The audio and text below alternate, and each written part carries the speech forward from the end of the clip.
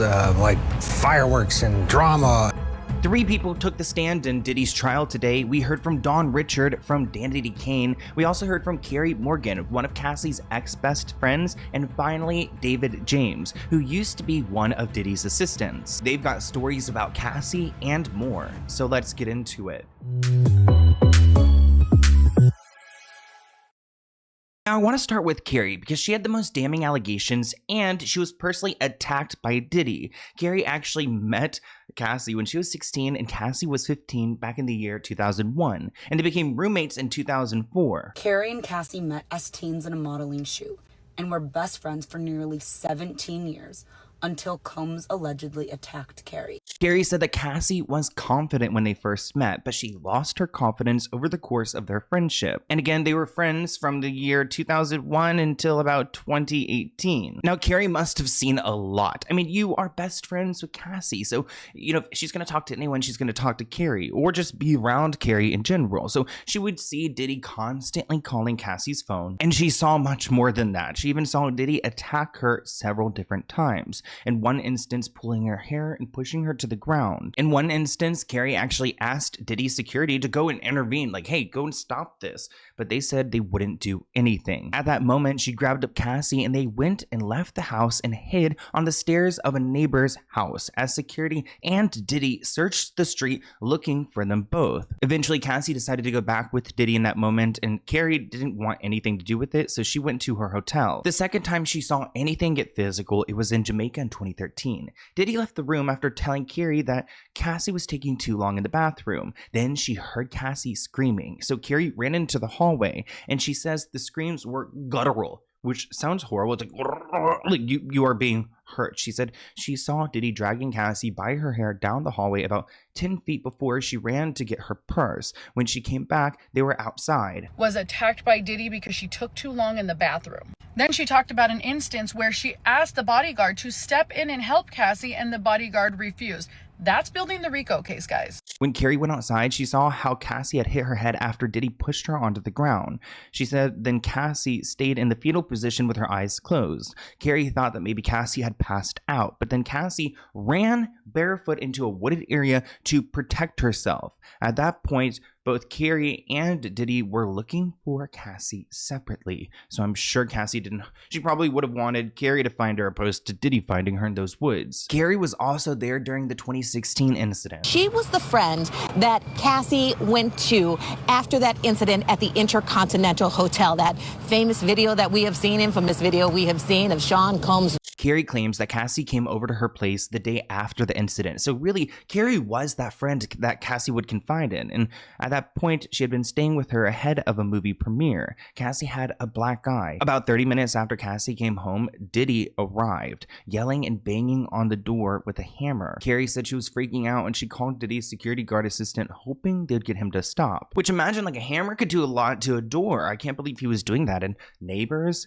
Cassie sat on the couch. Carrie said, I don't think she cared if he came in and unalived her. Eventually, Diddy left, never getting access to the apartment. Police arrived at that point, but Carrie can't remember who called them. Cassie wouldn't cooperate with officers, and they left after Cassie refused to identify herself or to speak to them. And she says that when Cassie returned back in that Uber, like Cassie told us, to get away from Diddy, she had a black eye. And she also said about 30 minutes later, after her arrival, Diddy showed up with a hammer, banging on the door, trying to get to Cassie, and that the police were called and Cassie didn't seem to want to speak with them. Of course, Carrie was asking Cassie to leave this relationship, get out of there. But Cassie would go on to say that she's stuck because of her job, her car, her apartment. He controlled everything. She would lose all of her livelihood. I think every time that Carrie was with Cassie, she was trying to convince her to leave that relationship, and she would gain some, confidence in maybe doing that. But once she got back in Sean Combs' control, they would convince her otherwise. Now, as Cassie's going through all this, Carrie was there up until 2018 when she was attacked by Diddy in her apartment. Diddy let himself into the apartment when Cassie was in the bathroom, Carrie said. He came up behind me and choked me and then boomeranged a wooden hanger at my head, adding that she had finger marks on her neck. Carrie said she gathered her belongings and left, telling an assistant that he's going crazy, he's lost it. I don't think he knew what he could do about it. Carrie claimed that she was planning on filing a lawsuit after the 2018 attack, but she didn't. She met up with Cassie about a month after the incident, and Cassie told her that she'd be receiving $30,000 from Diddy at this meeting. Cassie told Carrie that she was over-exaggerating. Carrie did sign a non-disclosure agreement that day and testified that she hadn't spoken to Cassie since. And ultimately wanted to file a lawsuit, but she said the next month Cassie came to her and Morgan ended up signing a non-disclosure agreement not to, and Diddy paid her $30,000 to keep that on the down low. And that is such an unfortunate end to a friendship. I mean, it seemed like Carrie was kind of her confidant until, you know, Cassie became overwhelmed with almost like this brainwash to where like you're now telling Carrie that she's being dramatic. I mean, your man attacked her. I think she has every right to be upset. But Diddy is sick. He's got an obsession with control. And Carrie even shared that Diddy was jealous of Michael B. Jordan at some point. I guess at one point Cassie was talking to Michael B. Jordan and that really upset Diddy. And I don't know how word got to Carrie, but it was the talk of the town. Before we get to Dawn Richard, I want to briefly mention how Diddy's daughters are out here just living life, which, you know, I don't know what to say. I mean, you're teen girls, so, you know, go and live your life. You're seniors, you're going to your prom, do that. But also at the same time, it's really interesting to see how comfortable they are with their dad's accusations. I mean, I still think about Kim Porter, their mother's like tragic passing. I have a clip of these two on live recently where they're talking about their plans after high school, becoming business owners, that they're skipping out on college because they're just going to be entrepreneurs, which I think is rich because your dad and you know, he's in big trouble. And two, I mean, a business degree wouldn't help. Maybe even a law degree could help you and your family. Like the college that you're committed to. Since Jesse and I are not going to college, we're going to be wearing one of our brand hoodies. Yeah. Because we are repping that we will be business owners. Period. Can you imagine you just like automatically become an entrepreneur because your dad's Diddy?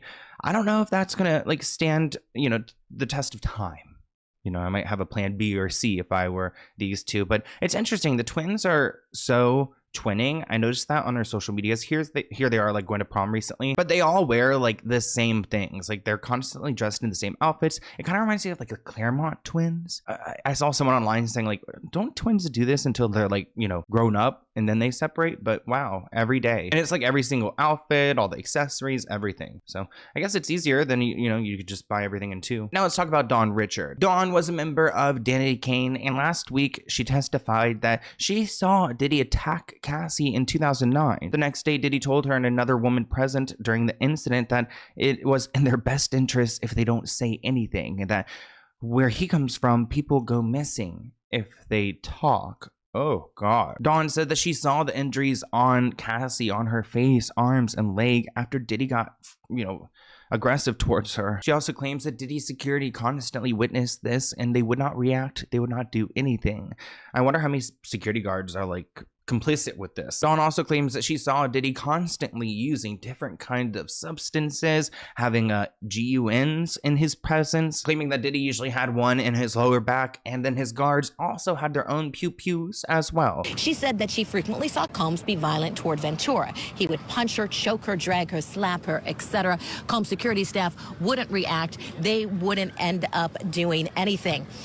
An important point on Cross is because she was saying, Ted, that she feared for her safety. That was under direct. Dawn was asked by the prosecutor what would prompt these instances where Diddy would get violent, and she claims that it was when Cassie would speak up for herself. Dawn recalled an incident in 2009 where Diddy harmed her, gave her a black eye, well, gave Cassie a black eye, and they all had to go to an event in Central Park where Cassie had to wear sunglasses. Dawn decided to wear sunglasses as well in solidarity of Cassie to make her feel like she's not alone in this. On top of all the substances he had, he also, Diddy, carried Plan B with him as well, which just shows how bad he really is. And he kept all of it in a Louis Vuitton toiletry bag that went everywhere with him, from domestic to overseas. Diddy's team tried to make Dawn look bad by poking holes in her story, saying that, you know, you never mentioned these things in your initial interviews. And Dawn actually claims that she started to remember stuff as she's, you know, thought about the times back.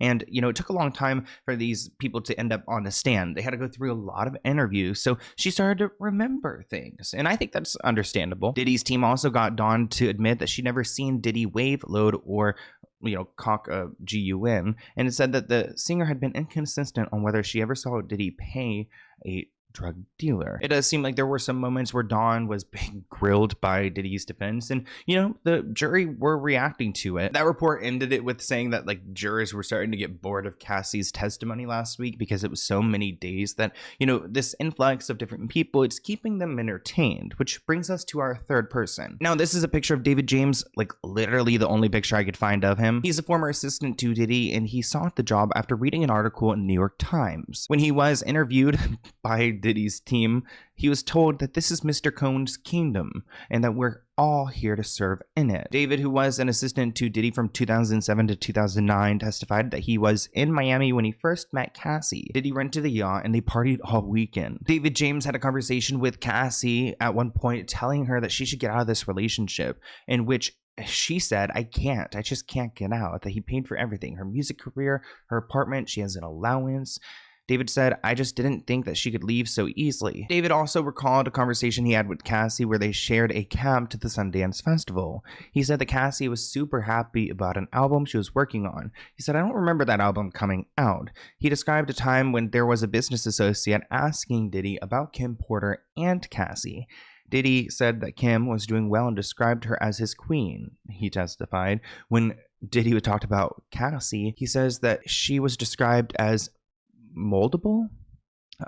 Diddy said, I got her right where I want her. She's young, which is so freaky because she was 19 whenever they started getting together. So he knew that this was going to become their relationship. Let's go through all the photos of what investigators seized from Diddy. Now, starting off here, we've got a couple bottles of what appears to be a lubricant. We've got a lighter and some pink, over-the-counter pills. Also, how long has this lube been here? Because why is this, drawer warped? We've got some pink, crushed up powder, which appears to be 2C, probably found within this pill bottle. It appears this is some kind of Adderall prescription, some candies. Here we've got a prescription for Klonopin, which is kind of like a Xanax, I believe. And Frank Black is listed as the name, which is interesting because that's the name that Cassie told us that he would use for his hotels and his freak-offs. Here we've got a drawer of I believe what we've already seen is just all packed into this drawer. Now, I saw a ton of bottles of Visine as I went through these photos. Also, here is a lot of money.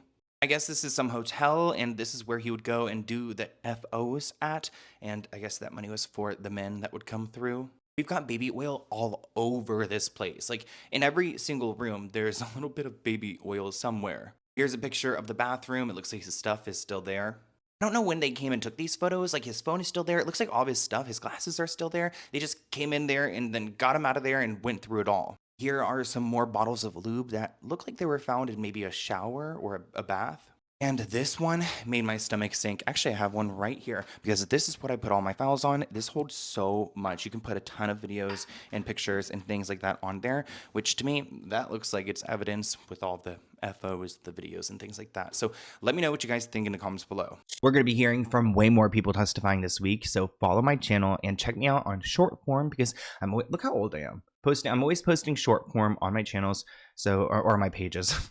My Instagram and my TikTok, but I'm getting good at it. I got 200K on TikTok, followers, and Instagram's doing great. So I love to see you guys there. Also, I haven't done a proper promotion for the merch, but it is on SloanHooks.com. I want to do a proper photo shoot at one point, but I just haven't yet. But if you do order size up, go up. Because it's a little bit smaller, but I love it. So cozy, threading so cute, and I appreciate you guys.